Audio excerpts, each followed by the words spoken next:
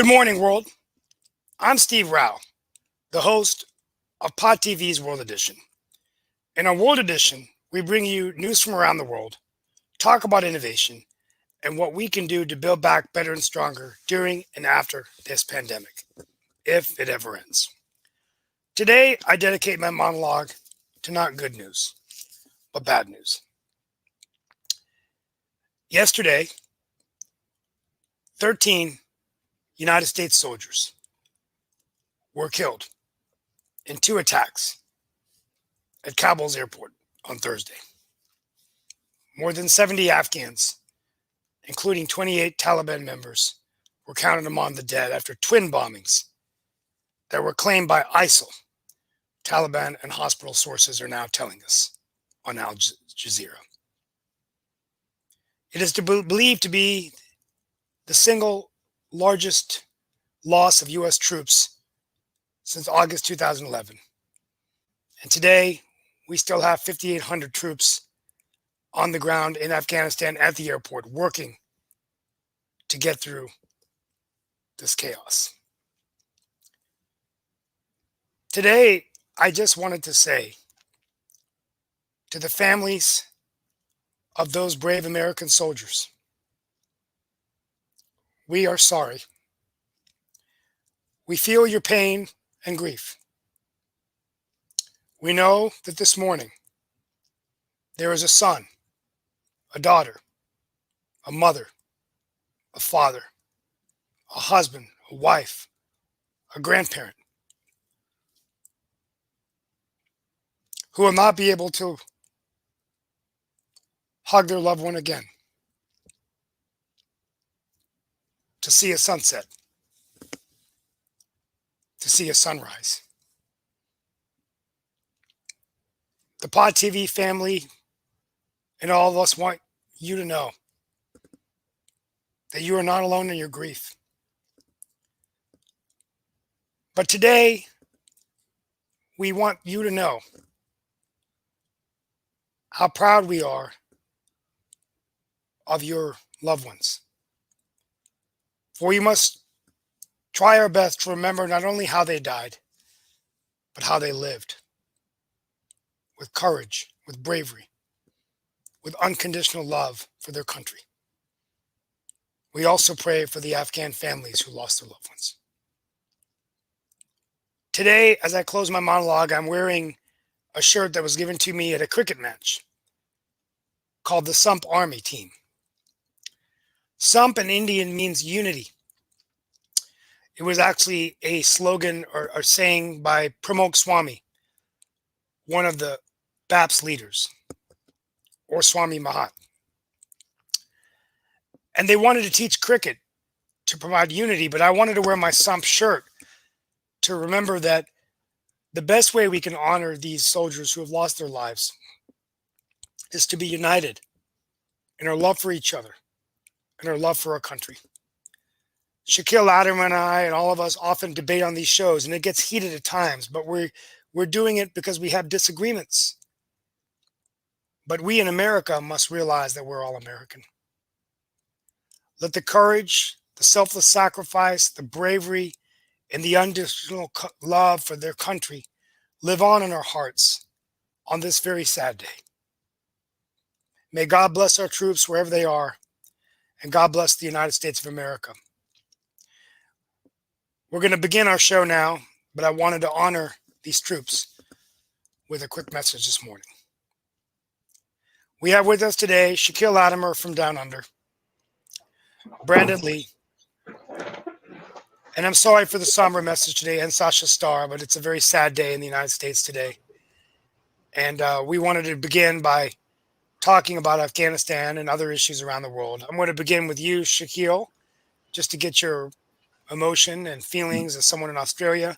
We know you have strong ties to America, and we appreciate your opinions. And I want to say one thing about Shaquille Latimer.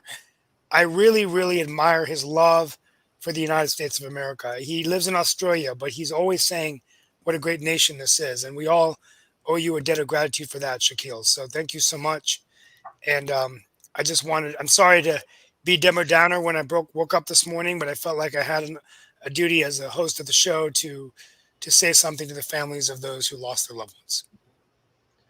No, thank you for that. And I do mean the things I say about America. I don't live in Australia, by the way. I live overseas. Oh, But I'm yeah, sorry. I do mean the things I say about the United States, because I think that the history of the United States, what it's founded on, is important. It's an important part of our history. It's important for us to remember it. As for the bombings, the suicide bombings, I don't want to politicize this and turn it into one of the debates that we often have. I'll just say that both the US and the UK, we've had a lot more time here in Australia to actually dissect this, because obviously it's the morning your time now, so you're just finding out about it, whereas we heard about it much earlier in the day, our time. Both the United States and the UK are reported as saying that they weren't surprised, that they were expecting something like this. This just drives home that how this has been handled has been done incorrectly. Now, I accept that perhaps Biden didn't know that things were going to spiral out of control as quickly as this. But as soon as it looked like it was going to, he should have put a halt to it. Now Biden is saying the people responsible, we're going to hunt them down and kill them. Well, go back into Afghanistan then. If you can't stabilize the region for long enough to even leave, then why are we leaving? Okay, this is not about winning a war. It's about, keeping some level of peace. And if we're going to be the proponents of liberal democracy around the world, sometimes we have to use our military might to do that. I'm talking about all of us in the West. So, this is a tragic day for the families of those soldiers. It's a tragic day every day for the people in Afghanistan who are going to be affected, who are, who don't just get to heal afterwards because they've got to live in that country, which will be benighted like many other places. The fact that ISIS is rearing its ugly head again, now it's been called ISIS-K, one just has to have a look at some of the human rights abuses that ISIS inflicted last time round. So this is a really significant problem. It's a really significant international issue. And as I've said many times before, I think that politics should be left aside, and we need to decide what we stand for in the West and what we're going to do about it when countries abuse human rights. Yes. Sasha Starr, what are your thoughts? And then we're so honored to have Brandon Scott with us today. Brandon, it was such a delight to see you. Sorry for such a somber show, but Sasha, what are your thoughts? And Shaquille, thank you for that insight. We don't want to politicize this, but I do think we're having an open discussion of how we can make the situation better. You've given us your opinion. I sort of agree with you. Sasha, what are your thoughts? My thoughts are that United States was humiliated in this Afghanistan affair. The damage is probably irreparable. You don't fight the war that you are there, but you avoid fighting and you avoid this and that. It's like impossible. It's like to say a woman, she cannot be a little pregnant. She's either pregnant or she's not pregnant.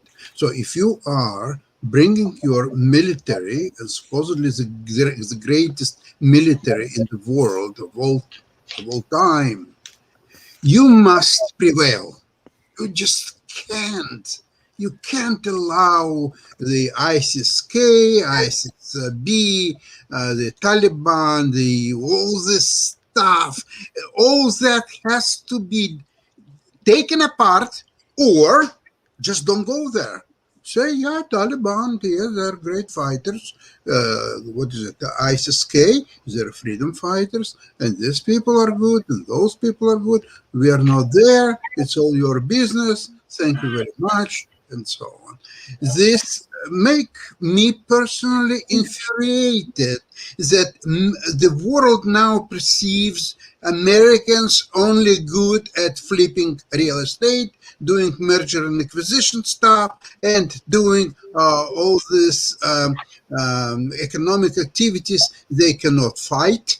their supposedly the best military is impotent, and this is just unacceptable after spending trillions and trillions of dollars by having the mighty equipment, the best planes, the best submarines, the best tanks and everything else. And you cannot handle these tribes. It's unthinkable. Shame on you. Brandon Scott, thank you, Sasha. Brandon, what are your thoughts this morning? Well, I guess I would say first I would say that our thoughts and prayers go out not just to those killed in Afghanistan recently, but everyone throughout the last several decades who has served in Afghanistan, who has been injured or has been killed. This is a hard thing for me to talk about because this war has been going on for most of my life now. We've been in the Middle East conflicts, fighting the war on terror since I was in first or second grade. So. I don't have a lot of historical, I guess, context for it. I think I agree with both Sasha and Shaquille a little bit here. I think it's an absolute shame, and there's just no good way around it. I don't know. I wasn't alive during Vietnam, but some of the images that came out as we were evacuating did remind me of the Miss Saigon moment of people on top of the embassy reaching for the helicopter. It did feel a little bit like we haven't learned a lot from history. And I think we certainly haven't learned a lot from history in the Middle East. We've had country after country has gone into Afghanistan trying to affect change and not been successful. So, I totally agree with Shaquille too. I think that the concept of now looking at those responsible for recent attacks, as far as I know, is what got us into this whole mess. We went over there looking for Al-Qaeda, looking for Osama bin Laden. Those responsible for 2001, we went into the area and kind of bounced around from Iraq to country with this banner. So I think there just is no good solution out of it. No good solution at this point. I mean, you're really between a rock and a hard place. Yeah, and also, and we're not going to spend the whole hour on this because there are a lot of other issues, but there's 71,000 Afghan civilians who died, 66,000 in the military. Many U.S. troops. And so, Brandon, that's a great point. There's so many people that died during this war. My thoughts are this. I mean, I clearly think and believe now that I think the worst mistake that was made was when we set a firm date and said, we're going to be out by this date. I think if we had not set a firm date, it would give us time to better assess with better intelligence what the situation on the ground was in Afghanistan. We had this date, August 31st. We want them all out by 11th. And then they played our hand and they saw that infrastructure sort of moving. So, I think that's point number one. Point number two, as a political analyst, one thing that I can see is that the U.S. has to make a decision from a foreign policy perspective. If we are going to go, we don't seem to have success when we go in and occupy a nation that has a very weak democratic government. If the government isn't legitimate and strong, Vietnam, Brandon brought up a good example. Vietnam was a lot like this. And now we've got Afghanistan. So we have to make a decision. Either way, it's going to be messy. If we pull out, it's going to be messy. But if we stay in, there's this presumption that we all make that we're just going to pull out the troops and everything was going to be fine. We shouldn't have been that naive. And not to let, yes, I agree with Shaquille. This is on this president right now. And what we do in the next 2 weeks may define his presidency because it's really, it's still early, but still it's a big blow. But other presidents have not really been clear about what they want in Afghanistan. I mean, they kept the troops there. Bush didn't really focus on it, but Obama kept them there. And then Trump wanted to pull them out. But he didn't give a firm date. And the way, and it's on the watch of the person that's the commander in chief. So that's what are your thoughts, guys, about that before we move on to other issues? I mean, we spent a lot of time on this, but hold on. I want to mention something. Why the date was August 31st, and it was pronounced the way. So it must be for whatever reasons, it must be kept. It cannot be September 1st or September 3rd or 9th. No, it's not good enough. It must be August 31st. Why? Why nobody ever asked why not August 30th? Where is August 31st engraved in stone? How that happened? My I don't reading know. is that Biden and his administration wanted to have a big, great celebration of 20 years of 9/11. So they would say, well, look, we are out of Afghanistan. We've done it. Trump couldn't do it, and Obama and nobody else could do it. We done it. Now let's celebrate great America. We've vindicated 9/11. We are out of Afghanistan. Everything is great. Well, look at what's happened. You know, it doesn't work that well for Biden and his team, unfortunately. No, it doesn't. And any But, final thoughts, Brandon yeah, and I'll Shaquille, just just about? yeah, I'll just make a slight comment, and as I think it's well documented the affection I have for America. But who the hell does the United States think they are? And who the hell does the President of the United States think he is? The United States did not go into Afghanistan by themselves. They went in with a whole heap of other countries. First Coalition people troops. to jump to the United States was Australia, as we always have. We have fought in every single fight, battle, war, everything that you've ever had since our federation. We've been there. Okay? No other country has been there as much as Australia has. Then you've got the United Kingdom and Canada. Obviously, Canada follows along with most things that you do. You've got the United Kingdom and New Zealand. Those are the Five Eyes countries. They go in all the time to most things the United States are involved in. So this decision that was made without really any consultation with other world leaders who are involved. And that's not even to mention other countries that were in Europe that were involved and other countries, around the world. We're just talking about the Five Eyes countries. No consultation.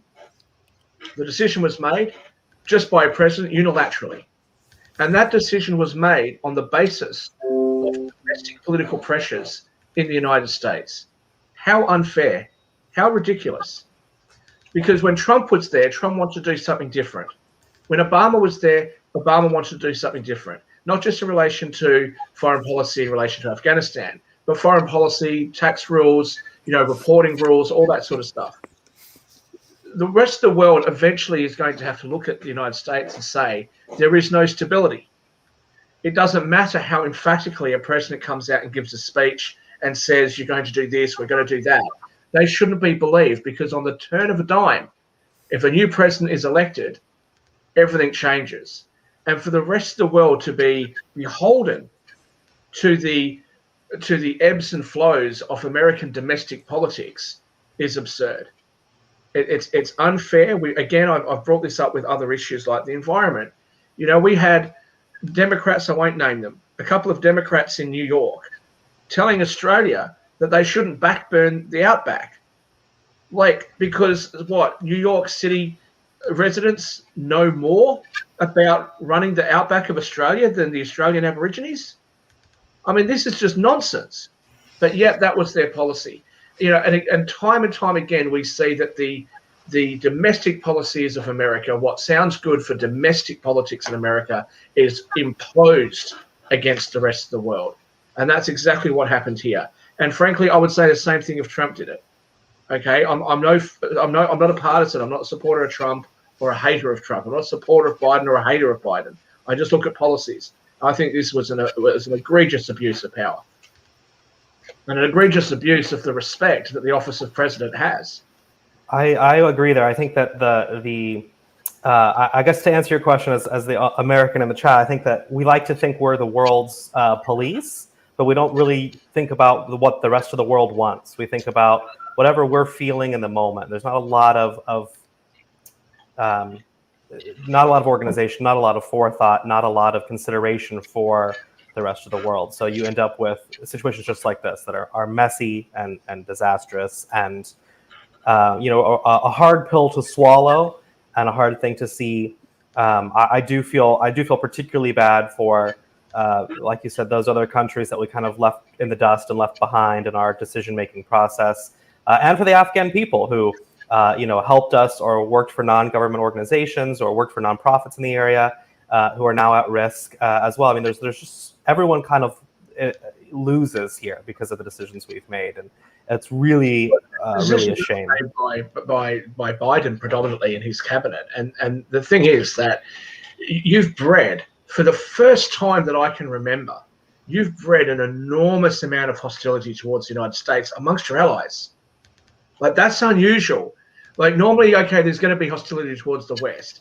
Normally, Australians might have a laugh, or we might be, tongue-in-cheek, or there might be some things that we disapprove of or whatever, but we all get along because we're all pretty much aligned. Here, what you have is the polls are showing the majority of Americans do not like what's going on in Afghanistan.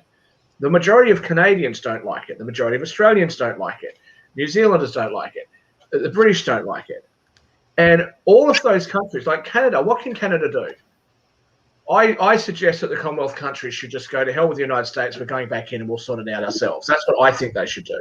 But what you have at the moment is you've got Canadian people who feel as though their military has been, really badly disrespected. I know that that's how I feel about the Australian British militaries and the sacrifices made.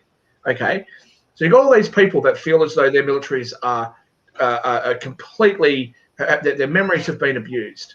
The leaders of those countries now have to face a population that says, what the hell are you doing to our military? Okay, and that then flows back onto the United States. So Donald Trump, people think that he wasn't liked around the world, but no, that's not true. Yes, you saw protests in London, for example, when Donald Trump showed up, but you also saw counter-protests of a whole heap of British Trump supporters. So it wasn't a one-sided thing.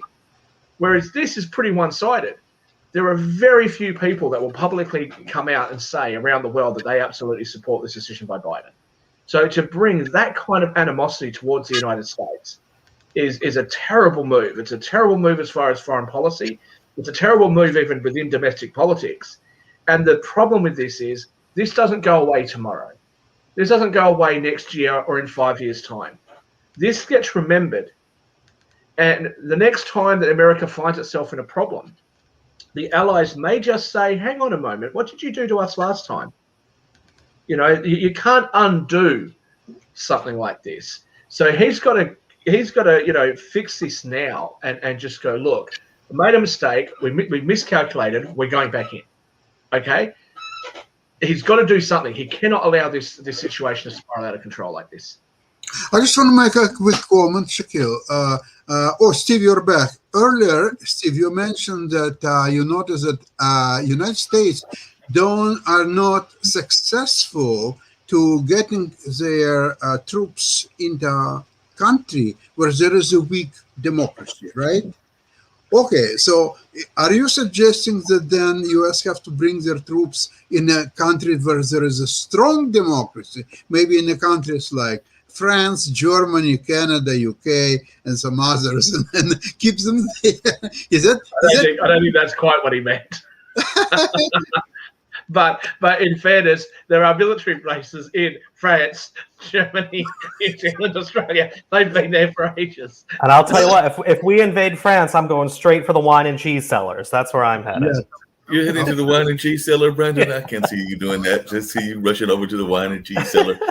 It's been a great time, just enjoying it and having a thoroughly good time. I mean, one thing we have to think about, and definitely my hearts go out to all of those people that lost their loved ones, and definitely it was a sad moment, and it's I heard the touching comments that Steve made earlier, and I concur with those and definitely agree with those. But, one of the things that I brought up on this show, and I think we've even talked about it, Brandon, is that I don't care whether it's the Republicans, the Democrats, independents, or whoever. There's a lot of times that we actually, as a world power, put ourselves in this kind of conflict kind of situation because, a lot of times we've trained a lot of these folks in the ways that we have got them trained to be military forces, because we go back and forth with whether they're our allies, not our allies, and all of that. And there have been some horrible terrorists that we have actually trained. We didn't know that they were going to kind of have that voice, but I mean, we can look at Gaddafi, who was trained in the U.S. Military. We can look at the former Venezuelan president. We can look at a lot of other folks that have had this kind of U.S. training and then proceed at some point or another to turn it against us. And I'm actually wondering even if some of the people in the Afghanistan kind of communities also don't fit in that as well. And, there's always the conversation globally as to, who is a freedom fighter and who is a terrorist, because, who we say are the terrorists, other people may say are freedom fighters and things of that nature. So it's always an interesting dialogue when you have conversations with people about their viewpoints of what's going on. Nobody that I'm ever aware of is usually very supportive of these kind of like crazy tactics that go on and things of that nature. But then as we get into a reflective time frame, then people start wondering, what role did that person go from being an ally to a adversary? And we can even go way back in history. We can even say some of the same things about the way that we thought of London, or the way that we thought of other parts of the world when we broke off from them and declared our own freedom. So, and definitely we can even look at some of the things that have happened here in the US with folks that were already here on the lands. So definitely it's always interesting, the perspective of what does it mean to actually get the support of the government, meaning the US government. And like I said, we've been doing this for decades and centuries, and it's backfired on us so many times that I'm really losing track of them. And I'm in my late 50s, so I'm sitting there going like, good grief, are we going back through this again? I was actually having a conversation, and I'll land my plane, and some friends like to say it if they're in the Clubhouse spaces, and anybody that knows me knows that I sometimes go in that social app and everything.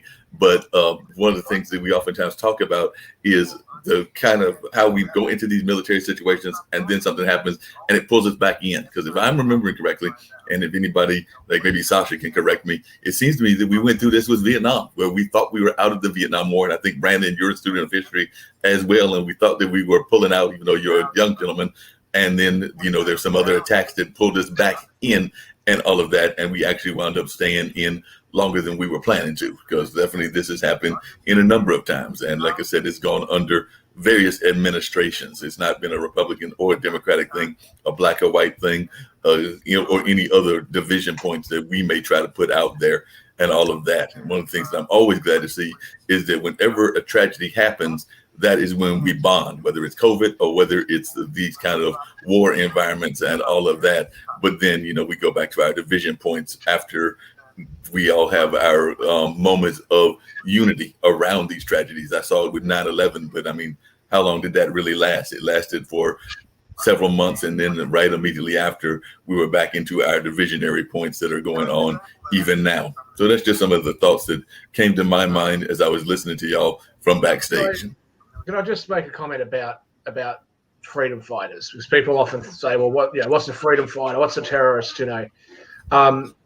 United Nations would say that Nelson Mandela was a freedom fighter. Mm-hmm. Okay? Now, look, I don't actually agree with all of his politics, to be honest. He was, in some ways, a lot more on the left than I would have liked. But he was a great man. He was a great historical figure as well. Now, he was fighting for freedom. And freedom fighters will often use, or will be sometimes forced to use violence to achieve their ends. Normally what they're trying to fight when they say they're fighting for freedom is they're trying to fight against government or military power that's ruling over them, that's constricting them or interfering with their lives. Terrorists use indiscriminate violence. Okay, so they'll go after people who are innocent. They'll just use violence wherever they want to. And normally terrorists are not looking for freedom, and they're not looking to live in a more liberal place. What terrorists are normally after is to make sure that whatever organization or ideology that they believe in gets to rule the rest of the populace. Okay, so there is a big difference between freedom fighters and terrorists. I would hope that freedom fighters don't have to resort to some of the tactics that they've used over time in history. And again, this is why we have extolled the virtues of liberal democracy for decades now. There is an obligation that we have to if you like to call it interfere with other countries to prevent situations from getting out of control. I know that everybody wants to talk about the big cost of us being in Afghanistan. That's measurable. We know what the financial cost is. We know how many lives have been lost. What we don't know is what the cost would have been had we not gone there. It's the same thing with Vietnam. It's the same thing with other conflicts. There's no way to measure what would have happened had we not gone in. Let's take Germany under, I'm not going to mention his name, under that horrific regime. Now, at some point that ended, mostly because of the involvement of the United States at the end, but they were certainly weakened. The Nazis were incredibly weakened at this point by the Allies and by the rest of Europe.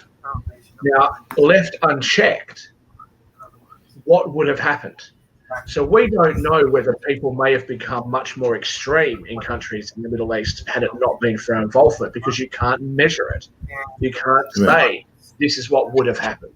I think it's unfair of us to crucify our militaries or our previous political leaders for having interfered in countries and say, well, look at the huge cost, it was a mistake, without comparing what would the cost have been had we not gone.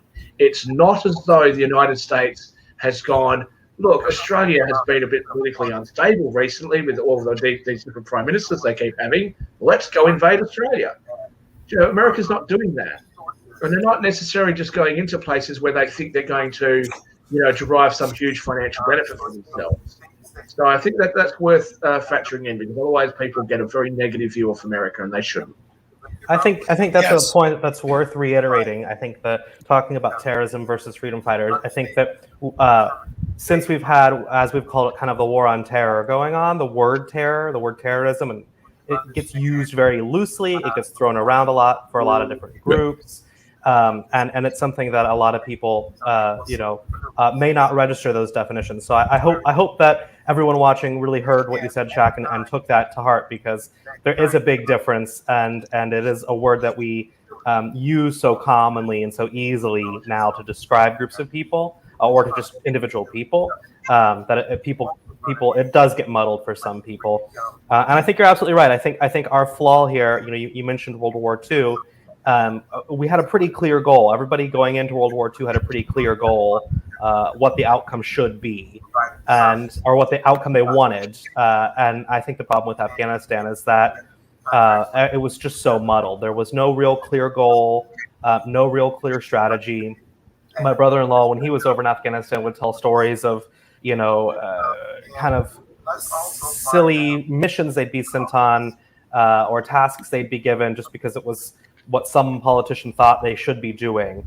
School building being a valuable task, but other tasks that just didn't really make a lot of sense. And I think that's really where we struggle is, like you said, we don't know what would have happened if we hadn't been there, but we can see what's happening now and know that there's, I think, no real good way out of it. There's not really a good solution. Right.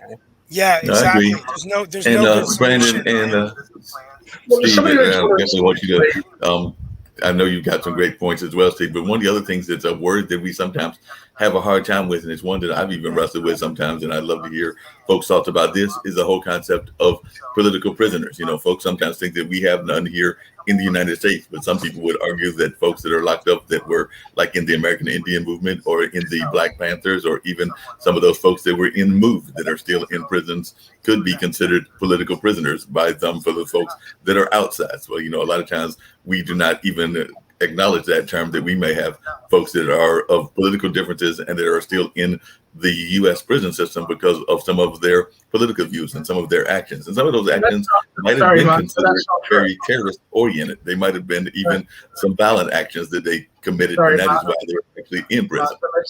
But let's not, again, people in America love to just go down this path, right? And you hear it all the time. Oh, there was climate terrorism is one of the things I've heard lately. There's no such thing as climate terrorism, okay? Not agreeing on whether we should use solar panels or geothermal in order to create electricity is not akin to terrorism. And we should stop ratcheting up this with all these kinds of terms. It's bullshit, and it's not fair. It's not reasonable. It stifles discussion about very serious issues. Nobody in the United States was locked up because they had a different political view. That's not what's happened. Please don't sit there and tell me that there are Black Panthers that are sitting in jail today because they expressed a political view that wasn't popular. That's not the case. It's not true. They'll be in jail for other reasons. They're not in jail because they said, well, we believe in something other than what the United States stands for.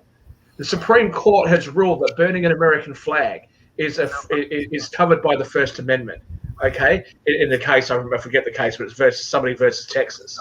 Okay, the Supreme Court has ruled that. Whitney versus California was decided that a person who was actually advocating for communism had the right to do so. So this is long established. So please don't just sit there and tell me that people have been locked up for their political beliefs. That's not the case. They've been locked up for other things. And they might have been locked up for other things, and we can even go to a discussion as to whether they were railroaded or things of that nature. There was a whole program called COINTELPRO that actually did that with a lot of our civil rights leaders. Shaquille, I don't know if you've ever heard the case of Leonard Peltier, and I may have mispronounced his name. I think it's Leonard Peltier, but he is an American Indian activist that has definitely been in prison for a long time. I don't know if you're familiar with the guy from MOVE, who has actually faced some health issues and things of that nature. So I cannot agree with you that there are not political prisoners in the United States. So like I said, I would disagree with you on that based on some of the things that I have heard and that I know for a fact. What's Leonard Peltier in jail for? What was he convicted of? For having a different political view, for being an activist for American Indian rights? What was he jailed for? What was the crime? By the time we come back next week, I will give you the exact states and everything. I can tell you straight off the top of my head what it is. He was convicted for first-degree murder. Now, if what you want to do is to make the claim that evidence was planted or that the law enforcement agencies were just, had stitched him up basically to imprison him on sketchy evidence, hey, I'm happy to hear it because I don't know the case well enough. I'm happy to hear that, and maybe that's something that needs to be looked at. But he was in prison for first-degree murder. There is absolutely nothing similar about that than there is in countries where they will literally say, if you don't agree with what our regime wants to do, you're going to be imprisoned. They're not even the same thing. And to equate the two things, I think devalues the real human tragedy that some people have to go through. Right? People in the United States have really got to stop this acting as though they are the biggest victims in the world. They're not. Okay, people have to go through far worse situations. I bet Sasha can tell you about people who have gone through much worse things in the former USSR than what goes on today in the United States. Now, that I know the case that you've just referred to is a much older case. But again, he was not prosecuted for the crime of disagreeing with government. He was prosecuted. And a lot of times they're not prosecuted for disagreeing with the government. A lot of times there are things that are done. That's why I want to say railroaded. I mean, I could make the same case about the guy from MOVE in Philadelphia. So like I said, a lot of times they're not going to come out and just say, right off the top of their head that this is what was the crime and things of that nature. And yes, there have been other world regimes that have done that with some of their leaders. They have not necessarily come out and said that their anti-stance was the reason that they were prosecuted or that they have done that kind of thing. So to say that there is no railroading, I cannot agree with that. And I could definitely agree with you on what you said about Russia, Cuba, and a number of the other communist regimes that are a little bit more blatant. I would say, put it that way. They're more blatant in the way they treat their political prisoners and the way they treat their dissidents. I saw what they did in Tiananmen Square in China. So like I said, there are lots more countries that are a lot more blatant and have a lot more freedom to do that and everything. I mean, they might have done it under the cover of darkness or under the cover of some Hoover type tactics back in the 60s in the style of the way that the U.S. has treated their dissidents. So I cannot say that there have not been attempts against dissidents here in the United States, and anybody that studies histories would know that.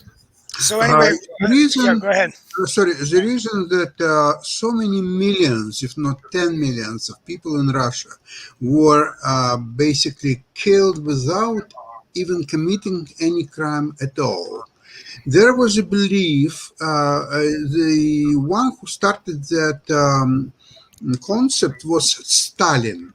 He said that the state is so much greater than individual person that even if you kill, for example, 10 people, and one of them would be an enemy of the people, and all 9 will be 9 other innocent, this is a good thing for the state, because what's a big deal about 9 people killed, innocent people? Okay, so women will get born, some other people they will be replaced. Nobody will really care. But that one enemy of the people out of 10, which was killed actually, that was a great achievement for the state.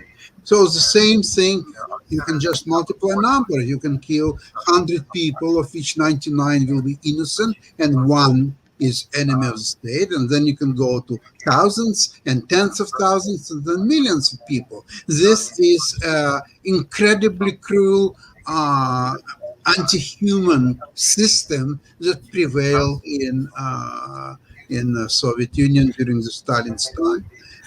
Yeah, You can justify it simply because of the history of the country, because when in Italy in 13th, 14th centuries, there was a beginning of Renaissance, which flourished in 15th and 16th century. Russia was still under Mongols. There was not even a country like Russia at that time.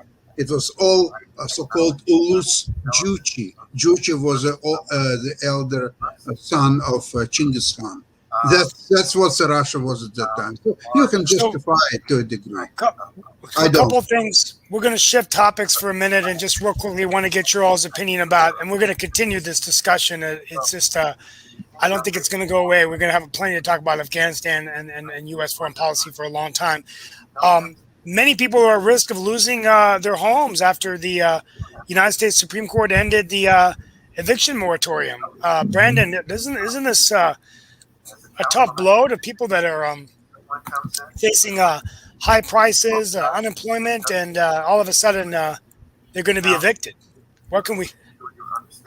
Yeah, I mean, I think this is definitely a really tough blow to a lot of people.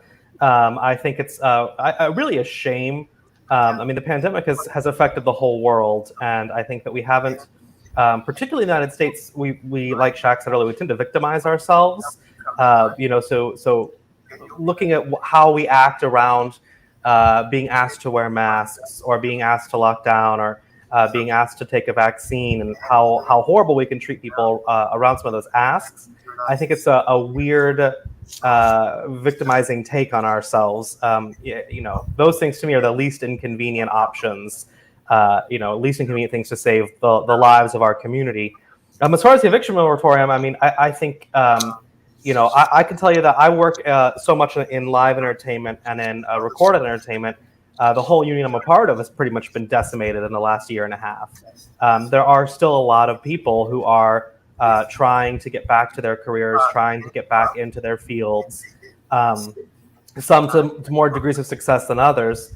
That's kind of, I guess, my thought on it is the pandemic isn't over. I mean, we like to kind of feel like we're at the end of it, especially here in the States, and we can have normal lives again and kind of forget about it. But it's not over for us. We still have a lot of people getting sick, a lot of people being affected, a lot of people's incomes and jobs and careers being affected, and the rest of the world does as well. So I hope that anybody watching hopefully takes that away, that just because we're starting to get most of our population, or hopefully more than half of our population, vaccinated here soon, doesn't mean that we're totally out of the woods.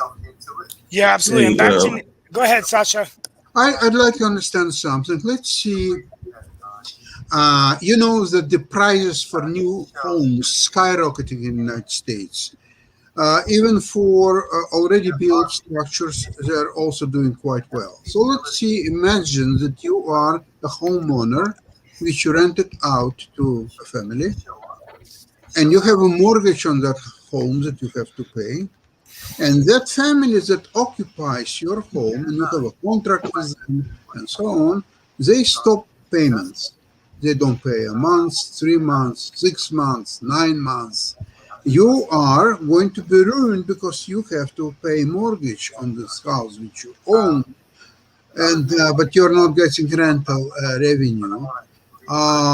So if there will be no eviction, so these people can live rent-free in your house for next 5, maybe 10 years, and you will be financially ruined. Actually, you already can declare bankruptcy, because by the time that the papers will be filed and the court will have hearing, you will be actually bankrupt anyway. So you might as well start preparing the papers. Is that fair? Anybody? Yeah, I would say yes. I mean, I don't know. I think we call them investment properties for a reason. I think that no one knew the pandemic was coming. No one knew it was going to happen. Brandon's idea is, if it hurts America in the long term, if it's going to destroy America, let's go for it. Because it's off this generation that thinks that there are no consequences, or if they are, they'll be worn by other people. Right? Brandon, here's the thing. You know why the things that you just said? Oh, but prices are so high and all these things are so high. But you also threw in there, and people are unemployed. There is no reason for anybody in America to be unemployed. I've got friends in every state of America, okay, who cannot find employees for their businesses. There's no reason for anybody to be unemployed in America. And when I was there last time, back in 2020, okay, there was no reason to be unemployed there. Last time I was there, I traveled through 14 states. And in every state I saw signs in the windows offering jobs above the minimum wage, above that $15 an hour wage. So there's no reason for people to be unemployed. But even if you think there is, you think that, okay, we'll just punish the rich. Not everybody who has an investment property is the rich. They might have a bank loan against that property. But let's just say that everybody is rich. But you also have inflation.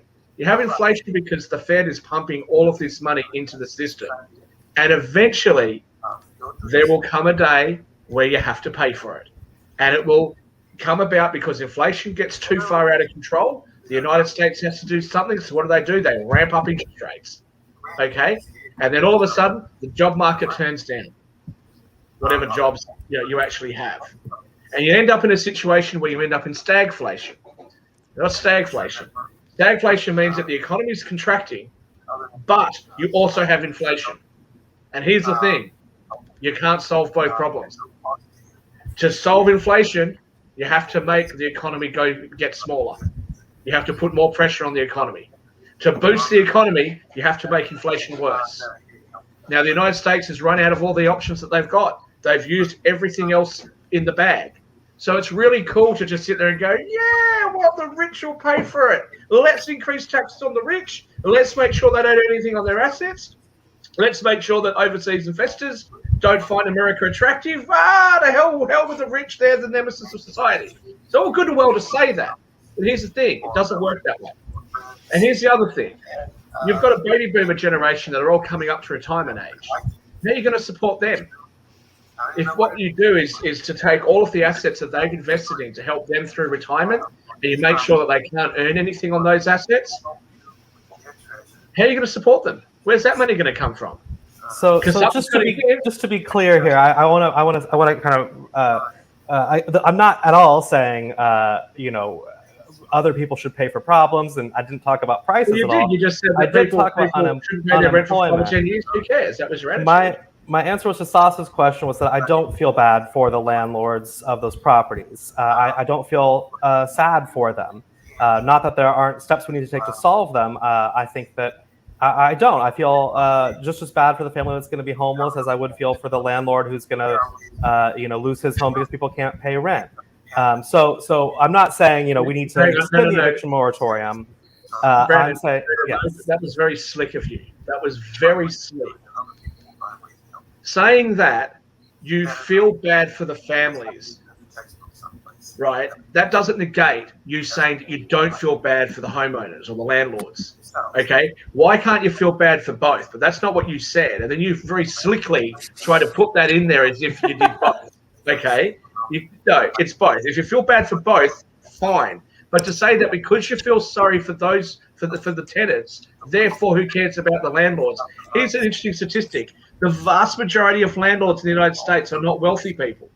The vast majority of landlords in the United States are actually middle class that own one in properties they're paying off. I gotta get back on that because there's a whole lot of landlord companies. There's one that actually the apartments I'm in is part of one. I think they're based in Vegas, or they might even be based where Brandon is at in Florida. But I know they have offices in definitely Florida and Las Vegas, and they've got thousands of these facilities all over the country and everything. So they are providing a lot of housing. And I can tell you that they've been jacking the prices left and right during this pandemic. I think that when I first came in here, it might have been like around 600, and it's probably close to 1,000 now a month and everything of that nature. So for them to be doing that at this time, I find to be appalling. So like I said, and I know that I'm not the only one. So definitely, I understand what you're saying, but this is a corporation that took this time to actually, come out there and write on their things regularly that they want to rate that, do a rate hike and everything. So, a rate hike, I do have problems. You've just inflated the currency. You've just inflated the currency. What do you want them to do? If what you want is for private landlords to wear the brunt of the coronavirus pandemic and the economic cost of that, then have the decency to say that at the beginning. Have the decency to go to government. Now, hang on. Have the decency to go to government and say, we want to make a policy that the homeowners of this country are responsible for wearing the pandemic costs. If you're not going to do that, then don't backdoor them and start. You inflate their currency, inflate the assets, but then you're not going to allow them to increase their rent, and then say, well, look how horrible this group of people is. No, okay? But Shaquille, there's a difference between private landlords and private investors and these corporate landlords. That's my problem, is corporate landlords that are doing this, that are like running, these are billionaires. Let's be very good. Who cares? Who cares if they're billionaires or not? And these private companies are owned by shareholders, right? And who are the major investors into these sorts of companies, real estate investment trusts and those sorts of companies? Who are the number one biggest investors? The institutional investors. And who are they? US pension funds. So what do you expect them to do? Hold on. I would like to mention something. Shaquille, do you know how many people who are claiming that, we are poor people, we can't pay, we want to stay, help us? Do you know how many people don't pay on purpose? Exactly. They have means to pay, but they don't, because if there is no eviction, then what landlord can do to me? I remember one day. They don't want to get a job, and then they want to cry foul that people who have got these investments want to earn a return on it.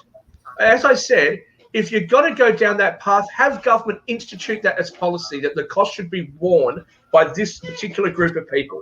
If you're not prepared to do that, put your big adult pants on and get a bloody job.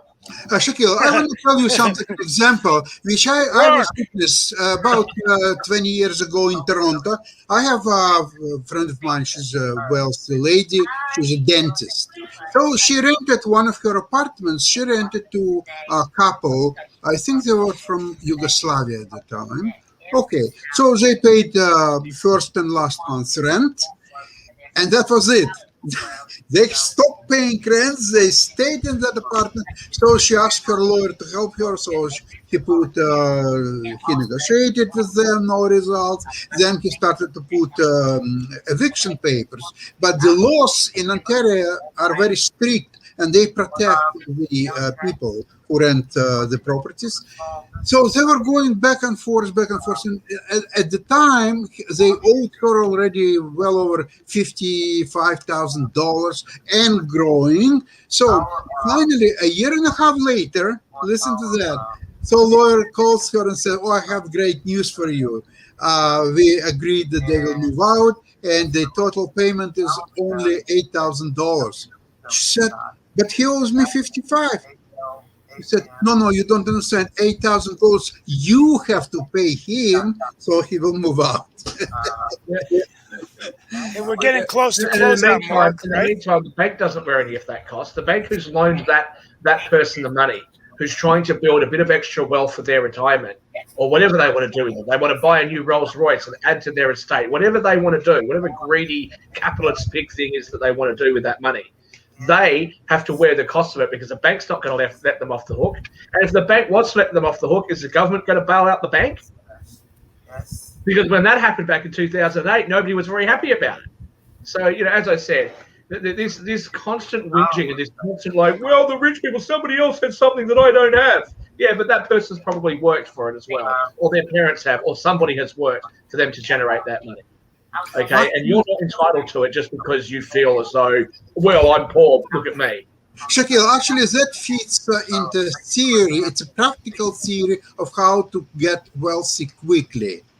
So what Yeah, you rip do, off, rip off the what wealthy. you do, you stop making any payments. You don't pay rent, you don't pay car loan, you don't pay credit cards, you don't pay anything. And you will see how quickly you will start accumulate cash. So somebody is suffering because he has a landlord has mortgage on his property or so on. Help us all that. Just generate and keep all the cash. And then finally, at the end of the day, you'll pay like these people $8,000 and Sasha, go. Sasha, this sounds an awful lot like what you and other paddlers here accused Donald Trump of having done back in this. Hey, well, we're about to close out, guys. It's about that time. We'll stop a little early today, but want to thank everyone for being with us today. And we've had, as we began the show today, we pray for the families of our troops and anyone who lost their lives during this war, American troops and Afghani citizens. And as we close out the week, I think it's fair to say that we have so much to talk about on this show. We're in the middle of a pandemic. The Delta variant rages on. Disruption in democracy around the world. The threats to United States security, national interest, foreign policy. And on World Edition, we're also going to talk about where innovation fits into all that as we deal with climate change and just tremendous turbulence all around the world. As my favorite quote, and I can't think of a better quote to sum up what Fareed Zakaria said a year and a half ago when this began, that there are decades when nothing happens, and then there are weeks when decades happen. And I was reading a chapter of his book last night, and how fitting is it that that's truer today than it was 15 months ago when the pandemic began. So we've only been 1 year, not even a year into the Biden presidency, and look at how much stuff has happened. So the news continues to move, and we will bring it to you as quickly as we can and as often as we can on Pod TV and World Edition. Be safe wherever you are, and may God save our troops wherever they are in the United States or any coalition forces around the world. Thank you, and we'll be with you Monday.